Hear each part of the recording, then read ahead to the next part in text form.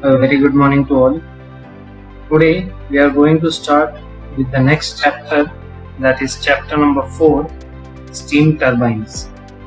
So this subject is having a weightage of 16 marks. So out of 17 marks, a total of 16 marks has been allotted for this chapter. And under this chapter we are going to study two important components. So the first one is steam nozzles and the other is steam turbines. So basically we are going to start our chapter with steam nozzles. So before heading for this topic, first of all we will see what is the course outcome from this topic.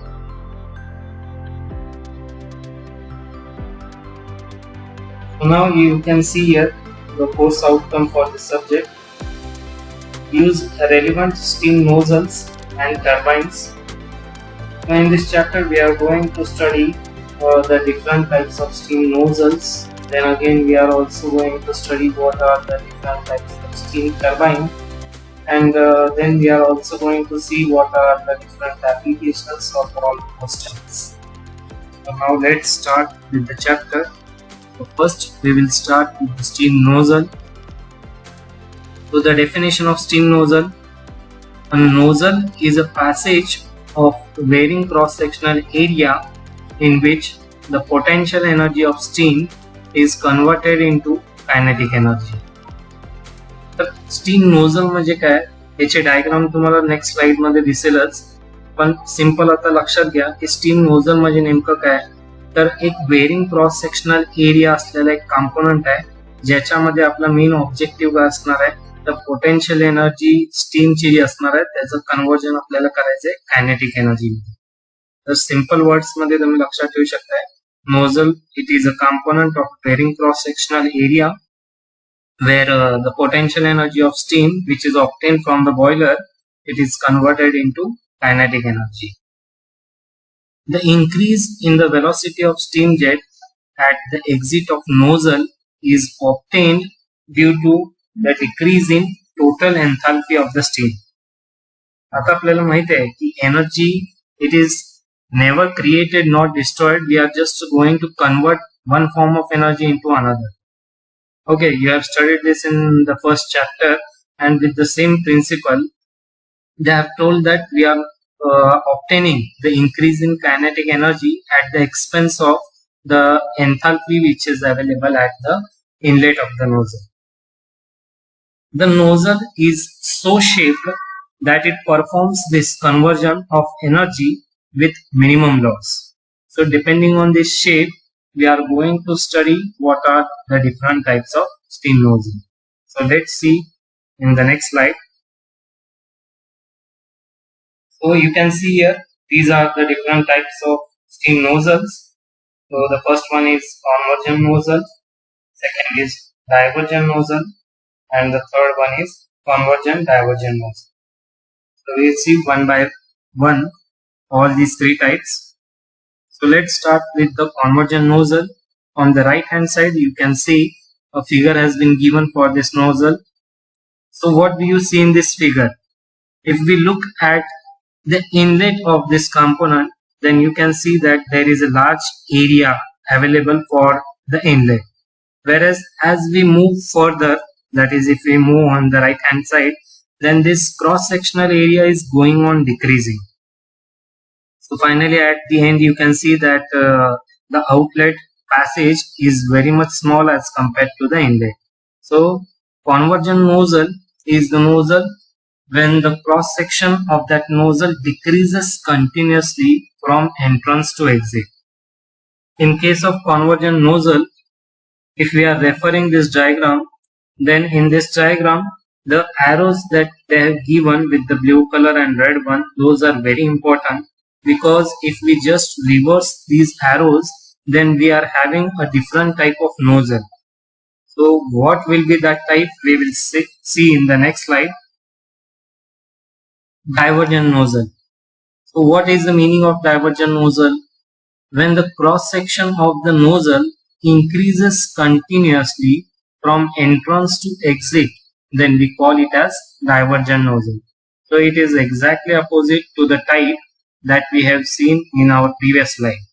So here you can see that the cross-sectional area of that component is going on increasing. That is, if you look at the throat section, then at that section the cross-sectional area is minimum, and on the extreme right hand side you can see that the cross-sectional area is very large. Thus, if the fluid or the steam is flowing from the throat section to the outlet where the cross-sectional area is larger, then we call it as divergent nozzle. Now we will see the third type of nozzle, which is called as convergent divergent nozzle. So it is basically the combination of the first two types, that is convergent nozzle and divergent nozzle, and the point at which both these types will meet, that is called as throat section. So in this convergent divergent type of nozzle, the least diameter is available at the throat section. So now let's see the definition. When the cross section of the nozzle first decreases from its entrance to throat and then increases from its throat to exit, then it is called as convergent divergent type of nozzle. So these types are very simple. Just you should know what are the diagrams, and their arrows are also important. So just to go through all these three types, that is convergent nozzle, divergent nozzle, and lastly convergent divergent type of nozzle. Now let's see what are the different applications of steam nozzle. So we are going to see that in which applications the steam nozzles are playing an important role. So the first application is in turbo machines. The high velocity stream of fluid is directed on the curved blade and kinetic energy is transformed into mechanical work. We have already studied that how a thermal power plant works. In the thermal power plant there are different components, and if we see or if we start with the boiler part, then we know that in boiler we are converting water or liquid into steam. Then this superheated steam is then allowed to flow through the nozzle where the kinetic energy is increased, and then with this high velocity or kinetic energy of the steam, it is then provided to the blades of the turbine. So with this kinetic energy, the mechanical energy is obtained from the turbine, and thus this can be utilized for the generation of electricity. So in this entire working mechanism, the role of steam nozzle is very important. The steam nozzles are generally placed in between the boiler and turbine. The next application is in jet propulsion. The thrust produced by the jet issuing from a nozzle provides the propulsive effort. So you are going to study the concept of jet propulsion in the subject power engineering, which is for the third year. So when you are going for the third year, there you will be studying this topic. So the basic principle of jet propulsion is based on Newton's third law, which says that for every action there is equal and opposite reaction. So in case of jet propulsion, what happens? A high velocity gases are produced, and those are thrown out of that engine, as a result of which an opposite thrust is produced, and this will give the propulsive or the motion to that engine. In case of jet propulsion also, nozzles play an important role.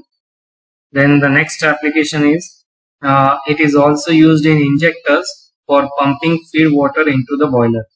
So we have studied this in the third chapter, that is steam and steam boilers, because if we want to feed the water into the boiler, then it is not an easy task, because we are having very high pressure inside the boiler. So it is necessary that the pressure of the feed water is also increased. With the help of injectors, it is possible to feed the water inside the boiler. So without nozzles, this is not possible. Then the next application is, it is also used in ejector condensers. So I will not discuss much about or related to condensers, because this we are going to study in detail in the next chapter, where we are having a steam condenser as next topic. So we will see in detail there what is the role of these nozzles. Then the next application is spray painting. Then again for spray painting also we are using a nozzle. And the last application we are having here, it is used to measure the discharge of fluid. That is, example they have given, venturimeter. So these were the applications of steam nozzles. And with this we will stop here today, and in the next lecture we will see the remaining points from this chapter. So till then, thank you very much.